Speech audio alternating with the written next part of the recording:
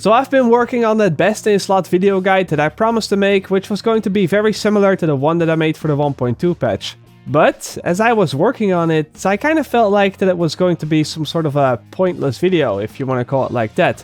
That was because all I was doing is just point out the very obvious. In the 1.4 patch, the best next thing to do is to just roll armor everywhere where it's possible. That means that you have to roll armor on the chest piece, on the knee pads, on the backpack, on the holster, and then also on every single gear mod that you have. What that leaves us with is only the mask and the gloves as items where players have somewhat of a choice of what they want to roll on their gear. But even there, it's pretty obvious what you want to go for. Now, of course, if you don't want to, you do not have to roll the armor on the gear pieces. You can roll whatever you want.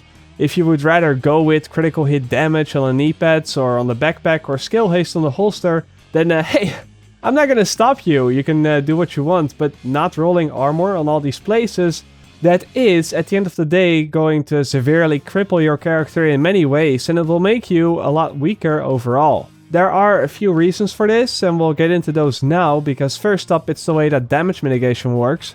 In this graph, you can see how your toughness scales with any given armor amount. The character here has 100,000 health, which is not an absurd amount for anyone at the endgame. And because of that, with 0 armor, this guy's toughness would be 100,000. Makes sense, right? 100,000 health, 0 armor, 100,000 toughness. But as most of us know by now, the armor in this game does not scale linear.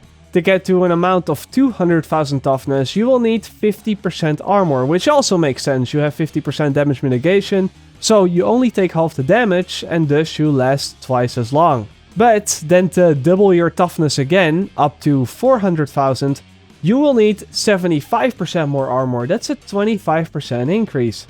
So just take a look at this. While the first 50% of armor only added 100,000 toughness, the 25% you added after that gave you an additional 200,000 toughness. That's a crazy big amount of increase. Of course, in theory, you could double this amount again. By having 87.5% damage mitigation, your toughness jumps to 800,000. And it essentially creates this curve. Now, luckily, for the sake of balance in this game, the armor is actually kept at 70% in the 1.4 patch. So even if you add more and more armor after that 70% amount, you will not see an increase in toughness. And also, to get to the 70% cap, that's really difficult, and I don't think you can actually reach it if you do not use high-end gear pieces such as a robust chest piece. I think with just armor rolls on the gear, you cannot get it much higher than 60%.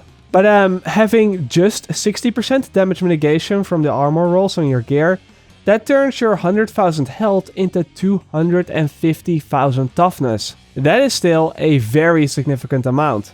But let's not fool ourselves either here. If you do not spec into armor at all, it isn't like you're going to be sitting on 0% damage mitigation. Because all the gear in the game also always comes with native armor rolls that nets the player around 30% damage mitigation as a baseline. Now, as we've just seen, because of how armor scales, the first few percentages do not really do that much for the player. And having 30% damage mitigation only gives the player a total of 142,000 toughness. It is more than the 100,000 that you would have at a 0% damage mitigation, but doesn't come close to the 250,000 toughness that you get at 60%. So, just to put it in perspective, 2 players could have the exact same build, the exact same 4-piece, the exact same 2 pieces, but if one person spec'd into armor and the other one didn't, then their toughness would be more than 100,000 points apart. That's the equivalent of 3,571 stamina points. That is an insane amount. The 8% critical hit damage that you can get on the knee pads or on the backpack, or the 7% skill haste that you can get from the holster, they absolutely do not even come close to compete with this. And this alone makes armor pretty much mandatory if you want to either play PvP or if you want to play the hardest PvE content in the game. Because yes, in 1.4 the NPCs are easier to kill right now, the game isn't as difficult anymore, but try walking through challenge mode missions without those armor rolls and I can guarantee you that it will be tough as nails. But if you do happen to run with those armor rolls, then it's quite a walk in the park. The funny thing is that even if you're willing to trade some of your armor for protection from elites, you will lower your toughness versus those elites. Which sounds ridiculous, right? But it's true, and that's because of how they are calculated. For example, we can take this character who has 11,565 armor points, which gives him exactly 60% damage mitigation in World Tier 4. He also has 100,000 health, so his toughness sits at a very respectable 250,000. Now this guy, he doesn't really care about the Dark Zone, he doesn't really care about PvP, this guy only plays PvE content. But he plays some of the hardest content in the game. So what he decides to do is to trade out some of his armor rolls for protection from elites. You know, to make him less tanky overall, but more tanky versus those elites in the endgame content. Makes a lot of sense, right? So what he decides to do is he decides to do away with the armor rolls on his knee pads and the armor rolls in his holster, and trade both of those in for protection from elites. The knee pads gave him a total of 1100 armor points and the holster gave him a total of 650 points. So when he was trading those values in, he lost 1750 points, which puts him at 9815 points, resulting in a total damage mitigation of 51%. His health hasn't changed, so his overall toughness went down from 250,000 to 204,000. He became a bit more squishy overall. But fear not, because this guy traded in both of those armor rolls for protection from elites. Both of those rolls are 4%, resulting in a total of 8% protection from elites. However, that 8% protection from elites with 204,000 toughness, that only gives the player 221,000 toughness versus those elites. So this guy literally got a lot squishier versus those elites because he replaced armor rolls for protection from elites. That is something that I don't think should ever happen. Now, of course, this isn't a very optimized build. I know you can also get 4 or 5% more protection from elites on the chest piece without giving up on armor. But even if we, let's say, increase the protection from elites amount that this guy got to 15%, his toughness versus elites would still be at 240,000, which is still lower than if this guy were to just spec into armor. And if I may remind you, armor protects you from any enemy type, not just elites.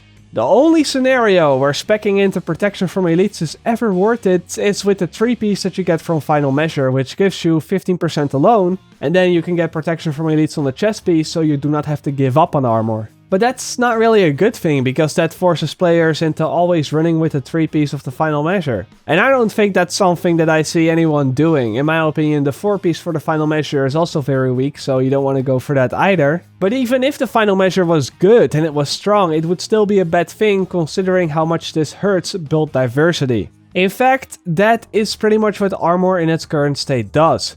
It kills build diversity, since no matter what set piece or what combination you're running, even if you're running with 6 random pieces like Skill Up does, you will still always want to have armor wherever it is available, since it makes you that much stronger. The very root of this problem lies with 2 things. First up is of course that the way that armor scales. We just talked about this. So you get a lot more value out of those last few percentages, and therefore it's that much more valuable. But the second part of this problem, and this is maybe a little more important, is the fact that armor rolls natively on every single gear piece item. That, as I just said, puts the character's damage mitigation at a baseline of 30% without speccing into armor at all. I mean, just imagine how powerful critical hit chance or critical hit damage would be if that rolled natively on every armor piece. At the end of the day though, problems like these, they will never really go away. This was a problem in patch 1.3, although it was much less of a problem since you could reach the armor cap in 1.3 with just a few rolls,